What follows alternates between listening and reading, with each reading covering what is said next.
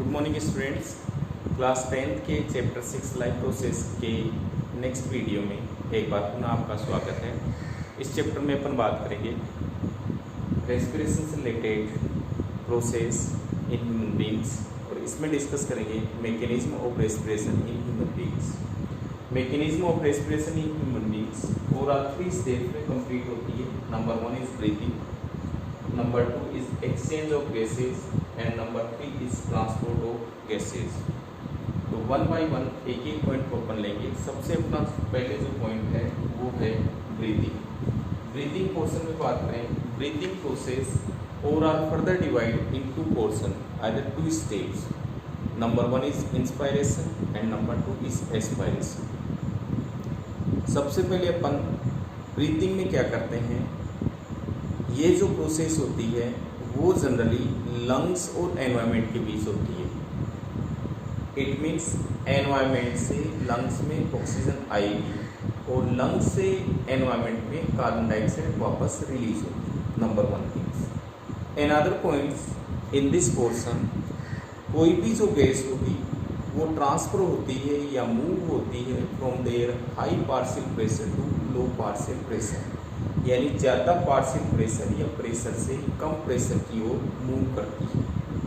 तो in the process this one is suppose environment, this one is lungs.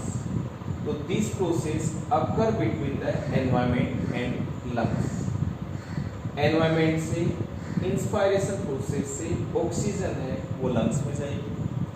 Same thing in the opposite direction, lungs से aspiration process से carbon dioxide किसमें release होगी, environment. ये एक common बात होगी, बट ओवरऑल जो प्रोसेस हो रही है वो अपनी बॉडी में हो रही है, रेस्पिरेटरी सिस्टम में हो रही है, लंग्स में हो रही है। और लंग्स होते हैं वो जनरली प्रेजेंट होते हैं या लोकेटेड होते हैं एक thoracic chamber either thoracic cage में। थोरेसिक केज होता है वो जनरली बना होता है, this is the upper part, that is the neck, just below either lower part, that is diaphragm. This one is the ventral part, that is a bone known as sternum. This one is the backbone, it means located on the dorsal portion, that is backbone. You can also say that is the vertebral column. And between the sternum and between the vertebral column, either backbone, on the lateral sides ribs are present. And in the thoracic chamber, either in the thoracic cage, that is the lungs are located like that, that is the portion, and here is that is the lungs. For example, we clearly seen in this through the skeleton, that is the neck portion. Here suppose that is the diaphragm, this one is the a bone single, that is the sternum, and towards the back side either dorsal portion, that is the vertebral column, and between the vertebral column and sternum there are ribs are present, that is located on the lateral side, and inside that is a complete structure is known as a thoracic chamber either cage, and inside cage lungs are located. When lungs are relaxed, either contracts, either just depend on the muscles of diaphragm and muscles of located between the ribs. तो अपन इस process को पढ़ें उससे पहले lungs की location की बात की, लंग्स कहाँ होते हैं और थोरेसिक केज होता है या जो चेम्बर होता है वो किस तरीके से स्ट्रक्चर से बना होता है। तो अभी अपन प्रोसेस पढ़ रहे हैं, वो प्रोसेस में बात कर रहे हैं इंस्पायरेशन की। जनरली इंस्पायरेशन प्रोसेस होगी उसमें अपन ऑक्सीजन ले रहे हैं। मैंने एक बात कही कि कोई भी गैस का आना डिपेंड करेगा प्रेशर पे। ऑक्सीजन आ रही है तो इट मीन्स एनवायरनमेंट में प्रेशर क्या है, ज़्यादा है। ऑक्सीजन कहाँ आ रही है, इट मीन्स लंग्स में आ रही है, तो ओबियसली लंग्स में पार्शियल प्रेशर क्या है, कम। जब अपन ले रहे होते हैं तो उस केस में अपना जो चैम्बर होगा या थोरेसिक केज होगा, इट मीन्स अपना स्टर्नम होगा या रिब्स होगी वो आगे की ओर आएगी यानी लिफ्ट अप होगा। और जब अपन एस्पायरेशन कर रहे हैं, जब इसको छोड़ रहे हैं, उस केस में वापस एक्चुअल पोजीशन या एग्जैक्ट पोजीशन में आएगा। तो इसमें जो रोल होता है वो कुछ मसल्स का होता है।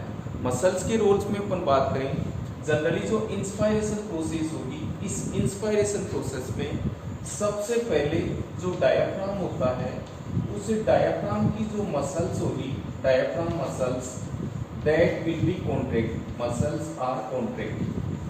सबसे पहला काम ये होगा, अपनी जो डायफ्राम होता है वो थोरेसिक चेम्बर का एक पार्ट होता है जिसको बनाता है, और उसी में ये जनरली एक तरीके से लंग से लोकेटेड होते हैं। सबसे पहला क्या हुआ, डायफ्राम की मसल्स कॉन्ट्रैक्ट हुई।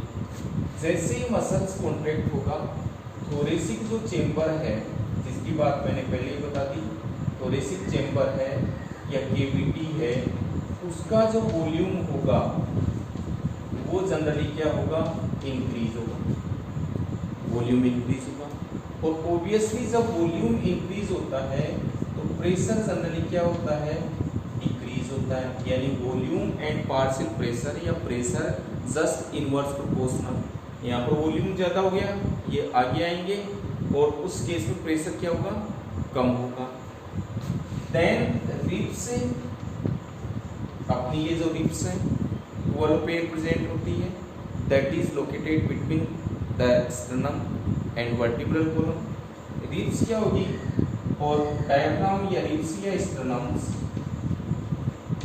ये स्लाइटली क्या होंगे, लिफ्ट अप होंगे, लिफ्ट अप यानी आगे की ओर आएंगे। और जैसे ही आगे की ओर आएगी, एनवायरमेंट की जो ऑक्सीजन थी वो ऑक्सीजन क्या करेगी, एंटर करेगी कहाँ पर, एंटर इनटू लंग्स।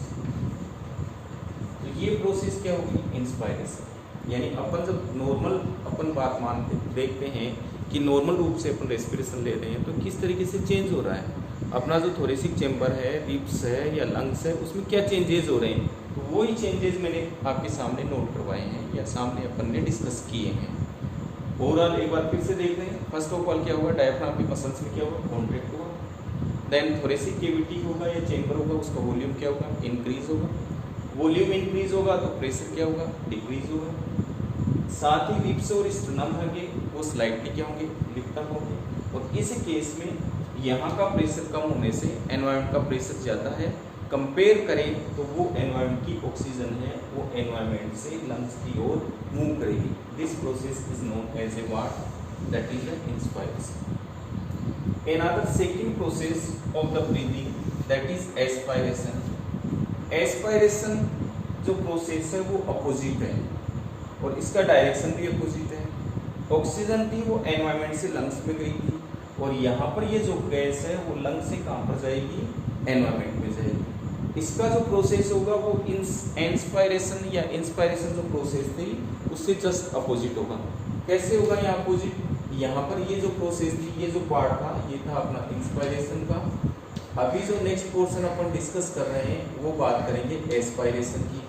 और एस्पायरेशन में जनरली रिलीज होगी कार्बन डाइऑक्साइड कहाँ से, लंग से एनवायरनमेंट की ओर। यहाँ पर प्रोसेस कंप्लीट अपोजिट होती जाएगी। कैसे होगी अपोजिट, यहाँ पर डायफ्राम की मसल्स थी वो क्या हो रही थी, कॉन्ट्रैक्ट हो रही थी। तो diaphragm muscles, here diaphragm muscles will be relax. यहाँ पर कॉन्ट्रैक्ट हुई तो क्या हुई, यहाँ पर रिलैक्स हुआ। रिलैक्स होगा तो यहाँ पर थोरेसिक जो कैविटी है, ऑब्वियसली अपन इसमें बात कर रहे थे, वहाँ पर थोरेसिक कैविटी का वॉल्यूम क्या था, इंक्रीज था।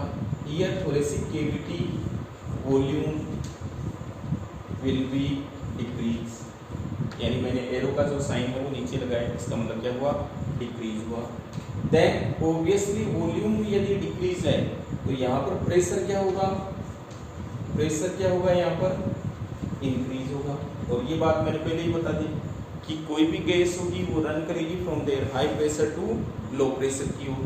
तो यहाँ पर प्रेशर क्या हो गया, ज़्यादा हो गया, कहाँ पर, लंग्स में। और एनवायरनमेंट पे कंपेरेटिव प्रेशर क्या हो गया, कम हो गया। वेरी लेस अमाउंट में कार्बन डाइऑक्साइड होती है।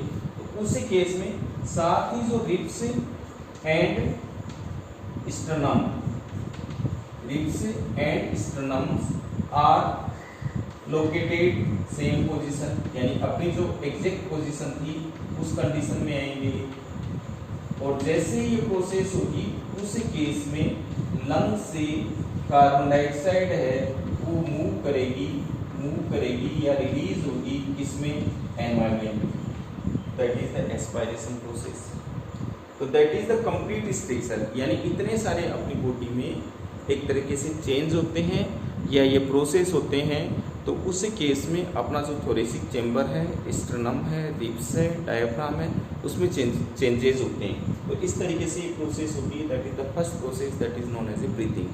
After breathing then these gases like oxygen and carbon dioxide are exchanged into the next part. Either this one is means that is exchange of gases, that is the transport of gases.